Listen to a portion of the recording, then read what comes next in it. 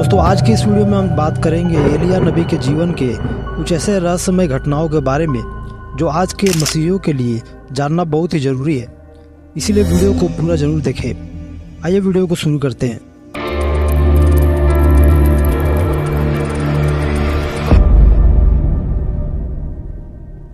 दोस्तों इस्राएल के उत्तरी राज्य के भविष्यवक्ता एलिया ने बाइबल में दर्ज किए गए कुछ सबसे आश्चर्यजनक चमत्कारों को देखा और किया भी। इन्हें बाइबल में उन महान नबियों में से एक माना जाता है जिन्होंने अपने जीवन भर में कभी भी बुराई का साथ नहीं दिया। राजा अहाब के राज्य में जब बुराइयां बढ़ने लगी तब परमेश्वर ने एलिया के द्वारा पूरे राज्य में सूखा और अकाल होने का घोषणा कर दिया।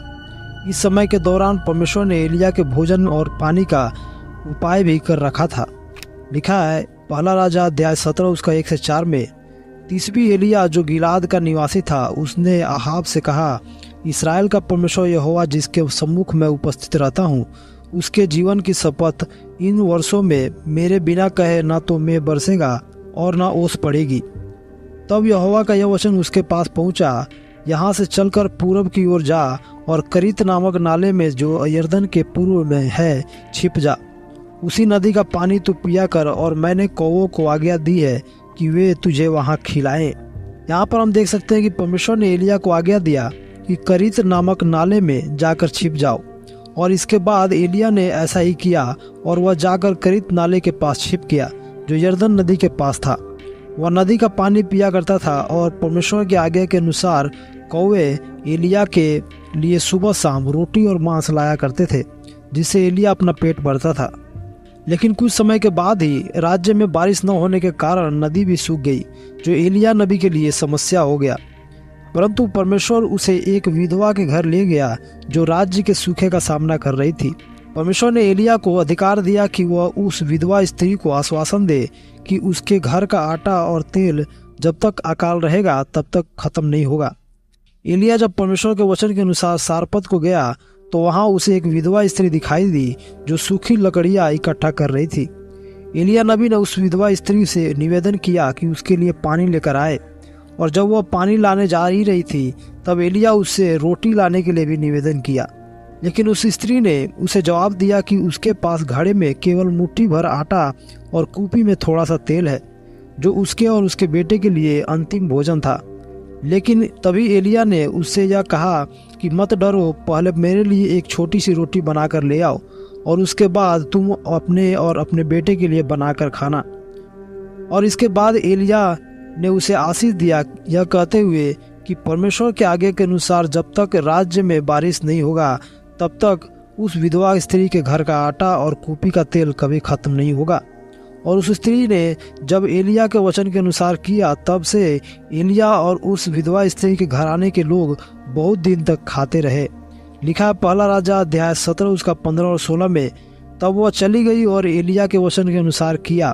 तब से एलिया और उस स्त्री के घराने के लोग बहुत दिन तक खाते रहे, यहोवा के वचन के अनुसार जो उसने एलिया के द्वारा कहा था। न तो उस घड़े का आटा समाप्त हुआ और न उस कूपी का तेल घटा। यहाँ आप देख सकते हैं कि पूरे राज्य में बारिश न होने के कारण सूखा पड़ा हुआ था, लेकिन परमेश्वर ने एलिया नबी के द्वारा उस विधवा स्त्री के पूरे घराने को भोजन प्रदान किया और उनके जीवन में इतना बड़ा चमत्कार किया। लेकिन कुछ ही समय बाद उस विधवा स्त्री के जीवन में कुछ ऐसा हुआ जो बहुत ही दर्दनाक था। सारपत के विधवा का इकलौता बेटा जो उसका एकमात्र सहारा था बीमार पड़ गया, और यह बीमारी इतनी भयानक थी कि लड़के की मृत्यु हो गई। जिसके बाद उस विधवा स्त्री ने एलिया के पास जाकर उसे बुरा भला कहा। लेकिन एलिया ने विधवा स्त्री के बेटे को अपने गोद में लेकर गया और अपने खाट पर उसे लेटा दिया। इसके बाद एलिया नबी ने परमेश्वर से प्रार्थना किया कि उस लड़के के प्राण उसके अंदर फिर वापस आ जाए। लिखा है पहला राजा अध्याय 17 उसका 22 से 24 में, यहोवा ने एलिया की पुकार सुन ली और बालक का प्राण उसमें लौट आया और वह जीवित हो गया। तब एलिया उस बालक को अटारी पर से नीचे घर में ले आया और उसे उसकी माता को सौंप दिया, और एलिया ने कहा, देख तेरा बेटा जीवित है। तब उस स्त्री ने एलिया से कहा, अब मैं जान गई हूँ कि तू परमेश्वर का जन है और तेरे मुंह से निकला हुआ यहोवा का वचन सत्य है। परमेश्वर ने उस विधवा स्त्री के बेटे को जीवित कर दिया, जिसके बाद उसे यह एहसास हुआ कि उसने जो परमेश्वर के नबी एलिया के विषय बुरा भला कही थी वह गलत था। लेकिन जब उसने एलिया द्वारा परमेश्वर का चमत्कार अपने जीवन में देखा तब उसने भी विश्वास किया कि एलिया परमेश्वर का जन है और वह जो बोलता है वह सच बोलता है। इस घटना के बाद एलिया के जीवन में एक और ऐसा घटना हुआ जो बहुत ही अद्भुत था। राज्य में सूखा पड़ने और बारिश न होने के कारण सभी लोग परेशान थे और उनमें इस्राएल का राजा अहाब भी शामिल था। जब वो एलिया से मिलने को गया तब उसने इस सूखा पड़ने का दोषी एलिया को ठहराने लगा।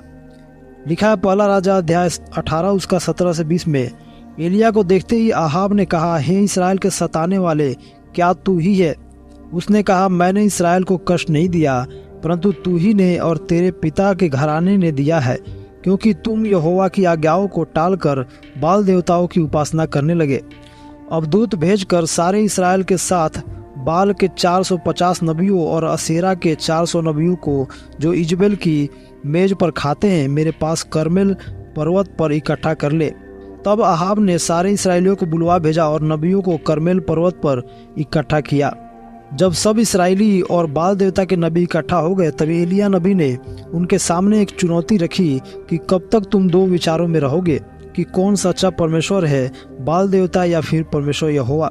इसीलिए इस संदेह को दूर करने के लिए एलिया नबी ने एक चैलेंज रखा।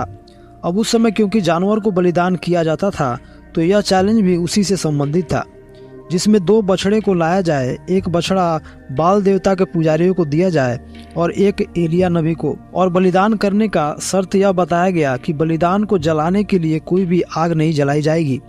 और जब दोनों पक्ष के लोग अपने अपने ईश्वर को पुकारे तब जो भी ईश्वर आग गिराकर उस बलिदान को जलाएगा वही सच्चा परमेश्वर माना जाएगा।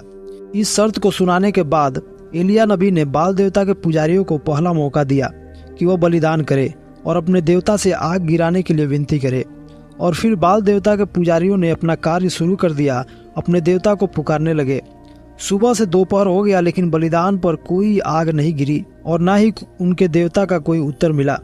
लिखा है पहला राजा अध्याय 18 उसका 28 और 29 में, अतः उन्होंने जोर जोर से पुकार कर अपनी रीति के अनुसार तलवारों और भालों से अपने आप को यहाँ तक घायल किया कि लहू लुहान हो गए। तब ऐसा हुआ कि दोपहर बीत गई वरन भेंट चढ़ाने का समय आ गया और वे चिल्लाते ही रहे, परंतु न तो किसी ने उत्तर दिया और न कोई ध्यान दिया। जब बाल देवता के पुजारियों को उनके देवताओं से उत्तर नहीं मिला तब एलिया नबी ने अपने परमेश्वर यहोवा को बलिदान देने की तैयारियां शुरू कर दी और जिस वेदी को गिरा दिया गया था उसे मरम्मत कराया गया। इसके बाद एलिया नबी ने उस वेदी के चारों तरफ एक खाई बनवाया और वेदी के ऊपर रखे गए लकड़ियों और बलिदान के पशु के ऊपर 3 बार पानी डलवाया। यह शायद इसीलिए भी ताकि कोई भी इस बात पर संदेह न करे कि वेदी के नीचे पहले से आग होगी। एलिया नबी ने परमेश्वर को पुकारा और उसके पुकारने से परमेश्वर ने आग गिराया और जो कुछ बलिदान था वह सब पूरी तरह से भस्म हो गया। लिखा है पहला राजा अध्याय 18 उसका 37 से 39 में, हे यहोवा मेरी सुन कि ये लोग जान ले कि हे यहोवा तू ही परमेश्वर है और तू ही उनका मन लौटा लेता है। तब यहोवा की आग आकाश से प्रकट हुई और होम बलि को लकड़ी और पत्थरों को धूलि समेत भस्म कर दिया और गड्ढे में का जल भी सुखा दिया। यह देख सब लोग मुंह के बल गिरकर बोल उठे, यहोवा ही परमेश्वर है, यहोवा ही परमेश्वर है। यहाँ हम देख सकते हैं कि किस प्रकार से परमेश्वर ने अपनी महानता को सभी लोगों पर प्रकट किया और एलिया नबी के जीवन में इतना महान काम को किया। बाल देवता के पुजारियों को उनके देवताओं से कोई जवाब नहीं मिला, लेकिन एलिया नबी ने अपने चैलेंज में सफल होकर यह साबित कर दिया कि परमेश्वर यहोवा ही एकमात्र सच्चा परमेश्वर है। और वहाँ मौजूद सभी लोगों ने भी यह विश्वास किया कि यहोवा ही परमेश्वर है। दोस्तों, एलिया नबी के जीवन में जो घटनाएं हुई यह सचमुच बहुत ही अद्भुत और महान थी और सभी मसीहियों को इन घटनाओं से सीखने की ज़रूरत है कि हमारा परमेश्वर सच्चा है और जो उसे परखना चाहते हैं परख कर देख लो, क्योंकि वचन भी बताता है, परख कर देखो कि यहोवा कैसा भला है, क्या ही धन्य वह मनुष्य जो उसकी शरण लेता है। आशा करता हूँ आज की इस वीडियो से आपको बहुत कुछ सीखने को मिला होगा। वीडियो को लाइक करें, अपने विचार हमें कमेंट करके ज़रूर बताएं और चैनल को सब्सक्राइब कर ले ऐसे ही और वीडियो के लिए। धन्यवाद। जय मसीह की।